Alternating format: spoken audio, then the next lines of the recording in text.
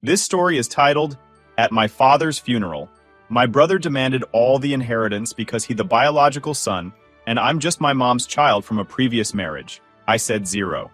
Okay, I have renounced it, but never contact me for the rest of your life no matter what. He smirked and said, like I ever would. 3 months later, the inheritance is all mine. Hey everyone, I've been sitting on this story for a while, but recent events have made me realize just how wild it all is. I never thought my life would turn into something straight out of a messy family drama, but here we are. Let me lay it out for you, and maybe you can tell me if I handled it right or if I'm just as screwed up as my brother. So, here's how things got this messy. Growing up, my 30 female brother, Liam, 23 male, and I didn't exactly have a perfect family setup, but it wasn't a total disaster either. We had the same mom, but different dads. My biological father wasn't in the picture at all. According to Mom, he took off when I was just a toddler, leaving her to raise me on her own. I don't have any real memories of him, just some old photos and vague stories about how he ran off with another woman. When I was about 4, Mom met Anthony, who eventually became Liam's dad. Anthony was the opposite of my biological father in every way. He was steady, dependable, and genuinely kind.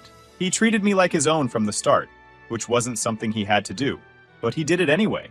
I remember how he'd read bedtime stories to me or take me out for ice cream, even before he and Mom got married. When Anthony married my mom, he took things a step further and officially adopted me. At the time, I didn't fully understand what that meant, but looking back, it was a big deal. It wasn't just about paperwork, it was a statement. He didn't have to do it, but he wanted to make it clear to everyone, especially me, that I was his child in every way that mattered. I remember the day Mom told me about the adoption. She sat me down and explained that Anthony had talked to a lawyer to make it official. I was only a little kid at the time, but I still remember her saying, "This is Anthony's way of saying you're his no matter what." From that point on, Anthony never treated me like the kid from a previous marriage. He was at every school play, every parent-teacher meeting, and every little milestone in between. He would tell me, "It doesn't matter whose blood runs in your veins, you're my daughter." That always stuck with me, especially as I got older. Knowing that Anthony chose me when he didn't have to, made me feel like I belonged in a way I hadn't before. It's why, even when Liam started to tear me down later, I never doubted Anthony's love for me. A couple of years later, Liam was born. I was excited to have a little brother. I didn't care that we technically only shared one parent. To me, he was just my baby brother, and I loved him. Growing up, we had a pretty normal sibling relationship. We'd play together, fight over toys, and bond over cartoons on Saturday mornings. For those first few years, things were good. But then everything changed when tragedy struck. I was 17, getting ready for college, and Liam was in middle school when Mom passed away in a car accident. It was sudden and unexpected. For me, losing Mom was like losing my safety net. She was the one who always knew what to say to make things feel okay, no matter how bad they got. After she was gone, the house felt colder, quieter, like the life had been drained out of it. Anthony tried his best, but there were things only Mom could do, like the way she'd hum softly while folding laundry, or the way she'd somehow convince Liam and me to stop fighting without ever raising her voice. Without her, it felt like we were all just trying to figure out how to function again, and none of us got it right. Her death hit all of us hard, but for Liam, it was a breaking point. At the funeral, Liam screamed, "Why did Mom have to die? It should have been you. Nobody would care if the step-sibling was gone." Hearing that knocked the wind out of me. I felt any bit of affection I still had for him just vanished at that moment. I wanted to clap back at him so badly, but I stayed silent. But Anthony, who was normally calm and level-headed, lost it. He scolded Liam in front of everyone, something I'd never seen him do before. But no amount of yelling could undo the damage. From that moment on, my relationship with Liam was never the same. After Mom's death, Liam changed. He started blaming me for everything. If something went wrong, it was somehow my fault. I tried to chalk it up to misplaced anger. He was young, and losing Mom so suddenly must have been overwhelming. I sometimes wondered if Liam's bitterness started before we even realized it. There were little things, like the way he always had to win, even in the smallest arguments, or how he'd get extra clingy with Anthony whenever I got praise for something. Once, during a family dinner, Anthony complimented me for acing a school project, and Liam immediately spilled his juice all over the table, then burst into tears about how nobody loved him. At the time, I thought he was just being dramatic. Now I see it as a preview of what was to come. A need to constantly be the center of attention, and a refusal to share the spotlight, even with family. I guess it was easier for him to paint me as an outsider than to deal with his own insecurities. But as time went on, his resentment didn't fade. It grew. Liam started throwing little jabs at me, especially about the fact that we had different dads. Liam started throwing little jabs at me, especially about the fact that we had different dads. He'd say things like, "You're not really part of this family," or "You're just the stepkid." At first, I brushed it off, thinking it was just his way of processing grief. But as he got older, it became clear that he genuinely believed I didn't belong. By the time Liam hit his late teens, his attitude became unbearable. He was constantly trying to one-up me, whether it was about grades, jobs, or anything else. When he failed to get into his dream high school and later his top-choice university, he took it personally. Meanwhile, I had graduated college and landed a decent job at the city office. Instead of being happy for me, Liam saw it as competition. The one thing Liam could cling to was the fact that he was Anthony's biological son. He started flaunting it like it was some kind of badge of honor. "I'm Dad's real son," he'd say, as if that somehow made him better. It was exhausting. Anthony, for his part, never treated us any differently. To him, I was his daughter in every way that mattered. But Liam saw things differently. He acted like I was stealing something from him. Anthony's love, attention, whatever. As soon as I could, I moved out. I needed space from Liam and all the negativity he brought with him. I didn't hate him, but I was tired of constantly being dragged into his issues. When I visited Anthony, I'd coordinate my visits so Liam wouldn't be around. It wasn't worth the drama. Liam, on the other hand, stayed home with Anthony all through college. He framed it as being loyal or responsible, saying things like, "I'm here to take care of Dad." But let's be real, Anthony didn't need taking care of. Liam just didn't want to leave the comfort of home. When Liam graduated college and landed his first job, he called me, not to reconnect or anything, but to brag. "I got a job at a way better company than your little city office gig," he said. "Must be Dad's genes, right? Guess it pays to be the real son."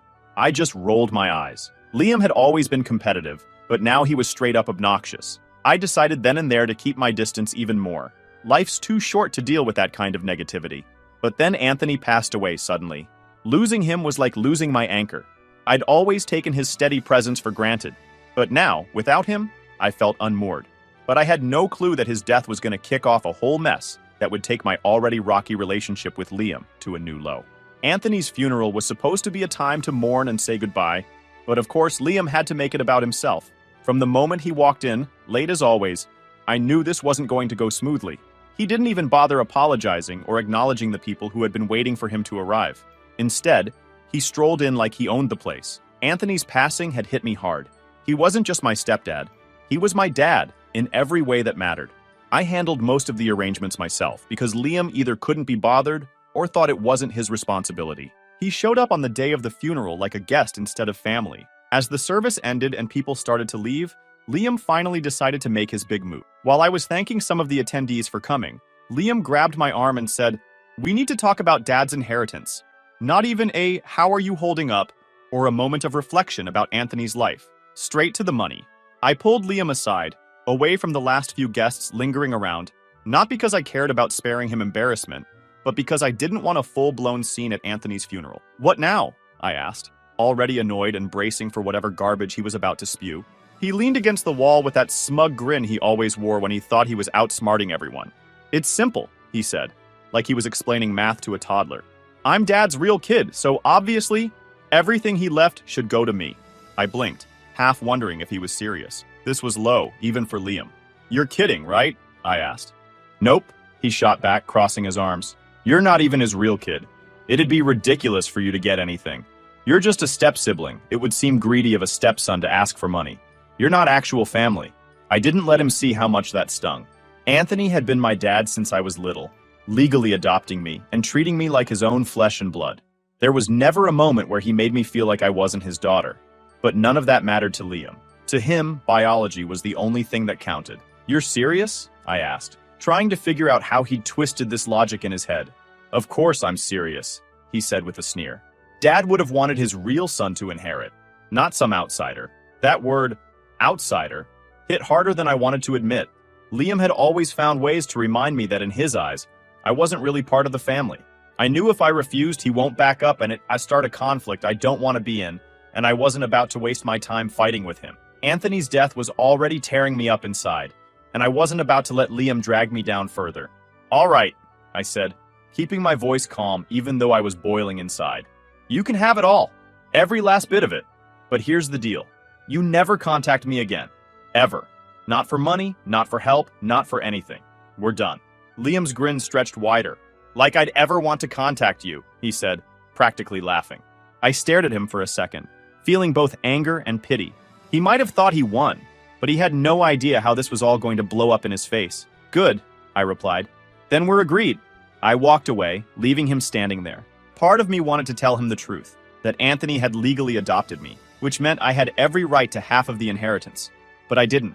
I didn't want to stoop to his level or turn this into an even bigger mess. The next day, I went straight to a lawyer to begin the process of renouncing my share of the inheritance. The lawyer seemed surprised when I told him my plan. Are you sure about this? He asked. Positive, I said. I don't want anything to do with it. The lawyer explained that because Anthony had officially adopted me, I was entitled to an equal share, but I didn't care. I just wanted to be free from all the drama. When the paperwork was finalized, I called Liam to let him know. I've renounced my share, I said. It's all yours now, enjoy. I could hear the smugness in his voice as he replied, Good. About time you did the right thing. I didn't bother responding. I just hung up and tried to put it all behind me. I thought that would be the end of it, that Liam would take his newfound wealth and leave me alone for good. I gave him exactly what he wanted, the entire inheritance, and made it clear we were done. No contact, no drama, just two people living separate lives. But of course, he found a way to drag me back into his mess. 3 months after the funeral, my phone started blowing up with calls and texts. Guess who? At first, I ignored it. I told him not to contact me ever again, so I figured he'd eventually get the message. But Liam was relentless. After the 15th missed call, I caved and answered, mostly to make it stop. What do you want, Liam? I said, not even trying to hide my annoyance. I need money, he said, his voice strained. Dad had debts. I laughed. Debts? What are you talking about? Turns out, Anthony had a few outstanding loans. Nothing crazy, just some manageable stuff like a car loan and a small mortgage. Liam, of course, had burned through all of Anthony's savings in record time. Now he was stuck trying to keep up with payments he clearly hadn't planned for. Why is this my problem? I asked. It's not just the debts, Liam continued, ignoring my question. There's interest, penalties. It's snowballing, Morgan. I can't keep up. You wanted all of it, remember? I shot back. This is exactly what you asked for. Liam's tone changed. He went from pleading to accusatory in a heartbeat. You knew about this, didn't you? You pushed all the debt onto me because you're jealous I'm Dad's real son. Oh, the nerve. First of all, I said, trying to stay calm, I didn't know anything about the debts until you brought them up just now. Second, I told you to disappear from my life. So why are you calling me now? He started rambling about how unfair it was, how he shouldn't have to deal with this, how I should have warned him. I didn't stick around to hear the rest. Figure it out, Liam, I said before hanging up. I thought that would be the end of it, but it was the start. A week later, Liam called again. This time, he tried a different tactic. Instead of accusing me, he went full-on victim mode. He admitted he'd spent all of Anthony's savings right after the funeral. According to him, he used some of it to pay off the mortgage and renegotiated the car loan to lower payments. But the rest? Who knows? Trips? Gadgets? A new wardrobe? So, what do you want from me, Liam? I asked, already knowing where this was going. I need $8,000 to pay off the last of the debts, he said, like it was the most reasonable request in the world. I couldn't believe the audacity. You blew through the inheritance in 3 months and now you want me to bail you out? I'm desperate, Morgan, he said. If I can just clear this debt, I'll be fine. Yeah, well, that's not happening, I replied. Why not? You're supposed to be my sister. That's when I lost it. You've spent years treating me like garbage, Liam. You called me a stepchild, an outsider, not part of the family, and now you want me to help you? Get real. But Liam didn't give up. A few days later, he showed up at my workplace. I didn't even know how he found out where I worked, but there he was, waiting for me in the parking lot during my lunch break. Morgan, please, he started, looking more disheveled than I'd ever seen him. I'll do anything. Just lend me the money. I sighed. Liam, I'm not giving you a dime. This is your mess. But I've already renegotiated the car loan, he protested. It's only $5,000 now, and the house is paid off. I just need a little more to clear the rest. That sounds like you're already doing fine, I said. So what's the problem? He hesitated, avoiding eye contact. That's when it hit me. There was more to the story. What aren't you telling me, Liam? After some prodding, he finally came clean. I spent too much of the savings on stuff. I went over budget, borrowed money from a friend to make up for it, and now he's threatening me. If I don't pay him back soon, I'm screwed. There it was. This wasn't just about Anthony's debts. Liam had dug himself into a deeper hole with his own reckless spending, and now he was panicking. You're unbelievable, I said. This is exactly why I wanted nothing to do with the inheritance. You can't handle responsibility, Liam. You never could. I know I messed up, okay? But you can help me fix it. Just $8,000, Morgan. That's all I need. When he reached out his hand, "Just give me the money," he said, begging, like I'd just hand him the money right then and there. I slapped his hand away. "There's no way I'm paying," I said firmly. "This is your fault. You blew through the money, you borrowed more, and now you're paying the price. I'm not your safety net." Liam glared at me, rubbing his hand after I slipped it, his face turning red with frustration. "Why can't you just help me? Is it because we're only half siblings? Is that it? Stepchildren are the worst, always acting like they're entitled to everything when they're nothing but outsiders." His words stung, but I wasn't about to let him see that. I felt my stomach churn, but I kept my expression cold. "You've treated me like I'm nothing for years, Liam, and now you want my help? You're pathetic. Number not happening." I turned on my heel, got into my car, and started the engine. Before pulling away, I rolled down the window just enough to get the last word in. "Don't ever show up here again. If you do, I'll call the police. Oh, and by the way, good luck digging yourself out of the hole you're too stupid to stop digging." Then I drove off, leaving him standing there, red-faced and fuming.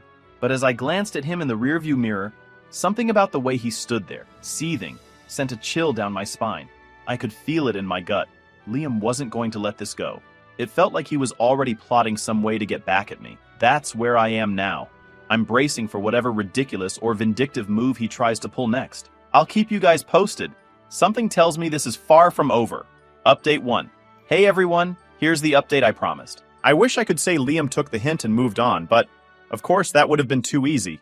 If anything, things went from bad to worse, and honestly, I should have seen it coming. The guy wasn't going to just let it go. Not after the way I shut him down. It started small. I started getting strange messages on my social media. They were from accounts with no profile pictures and random usernames. Stuff like, "You think you're better than us?" and "Family doesn't turn their back like you did." At first I ignored them, assuming they were spam or bots. But the tone felt personal, like whoever was behind them knew me. I had a sinking feeling Liam was pulling the strings, but without proof there wasn't much I could do. Then, he'd call the city office where I worked, asking to speak with me. At first, the receptionist didn't think much of it. She assumed he was just a concerned family member trying to get in touch. She'd leave me messages like, "Your brother called again? Should I tell him to try later?" I brushed it off, figuring he'd eventually get the message and stop. But Liam doesn't know how to take a hint. The calls started coming daily, sometimes multiple times a day. It became clear he wasn't just trying to reach me, he was deliberately harassing my coworkers. One day, the department manager called me into her office. She looked annoyed as she handed me a sticky note with Liam's name on it. "Morgan, your brother's been calling nonstop," she said, clearly annoyed. "He's even accused you of hiding from him. What's going on?" I was mortified. Liam wasn't just being a nuisance. He was actively trying to sabotage my reputation at work. I apologized profusely and assured her I'd take care of it. I blocked his number, thinking that would slow him down, but I should have known better. Instead of backing off, he doubled down. As I explained the situation to the man, one of my coworkers, who overheard the conversation, chimed in with a smirk. "Sounds like your brother needs a hobby," she said, trying to lighten the mood. "Maybe we should get him one of those paint-by-numbers kits. Or, I don't know, a therapist." I chuckled despite myself, grateful for her attempt to diffuse the tension. She was one of the few people who knew the full story, and she'd been a quiet support system through all of Liam's antics. Despite all the tries from me to cut Liam off, he still decides to escalate. One morning he showed up at my office, unannounced and uninvited, not quietly waiting in the parking lot or lurking around the building. No, that would have been too subtle for Liam. He stormed straight to the front desk and started yelling at the receptionist. "I need to speak to Morgan, now!" he barked, his voice echoing through the lobby. "She's been ignoring me, and I won't leave until I see her." The poor receptionist tried to calm him down, but Liam wasn't having it. "Do you know who I am?" he shouted. "I'm her brother. Family comes first, right? Or is this place too busy kissing Morgan's ass to understand that?" As I watched him from the glass doors of my office, I felt a mix of embarrassment, anger, and disbelief. My hands trembled, but I forced myself to stay composed. How did it come to this? The little brother I used to help with homework was now yelling at my coworkers, dragging my life into chaos. When security finally escorted him out, I ducked into the bathroom, locked the door, and let out a shaky breath. I splashed cold water on my face, trying to calm the storm raging inside me. What if I've handled this all wrong? I whispered to myself.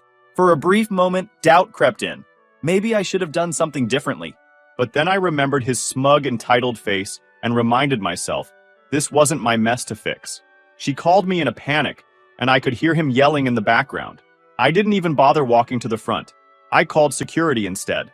When the guards arrived, Liam refused to leave. He made a huge scene, shouting about how I was turning my back on family, and how I was too high and mighty to help him. You think you're better than me, Morgan? He sneered as the guards escorted him out. Just because you've got some pathetic little government job doesn't mean you're anything special. Before leaving, he turned to glare at me through the glass doors. This isn't over. You're going to regret this. I was beyond furious. Liam had crossed a line by involving my workplace in his nonsense. This wasn't just about me anymore. It was affecting my job, my co-workers, and my reputation. The next day, my manager called me into her office again. She was polite but firm. Morgan, we need to address what happened yesterday, she said. This kind of disruption can't happen again. I completely understand, I said. It won't happen again. And I meant it. That evening, I filed a police report against Liam for harassment. I didn't want to, but at this point, he left me no choice. The officer I spoke to was sympathetic and took my statement seriously. If he shows up at your workplace again or tries to contact you, let us know immediately, he said. I thought that might finally put an end to it. But Liam had one more trick up his sleeve. A few days later, he sent an email to the entire office. The subject line read, "The truth about Morgan," and the email was full of lies.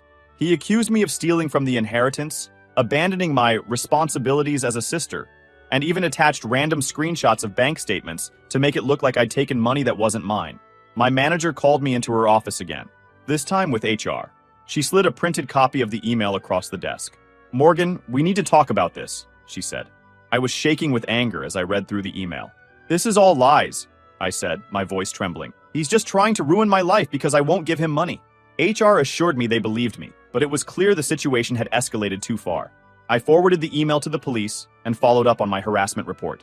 They issued Liam a formal warning, letting him know that any further contact with me or my workplace would result in charges. That warning must have shaken him, because for the first time in months, Liam went silent. No more calls, no more emails, no more showing up unannounced. I finally felt like I could breathe again. But the damage was done. My reputation at work had taken a hit, and even though my coworkers were supportive, I could tell some people were still wary. HR offered me the option to transfer to a different branch, and I took it without hesitation. I packed up my desk, said goodbye to my team, and moved to a quieter location where I could focus on rebuilding. He didn't stop there. Last week, I got a call from my bank.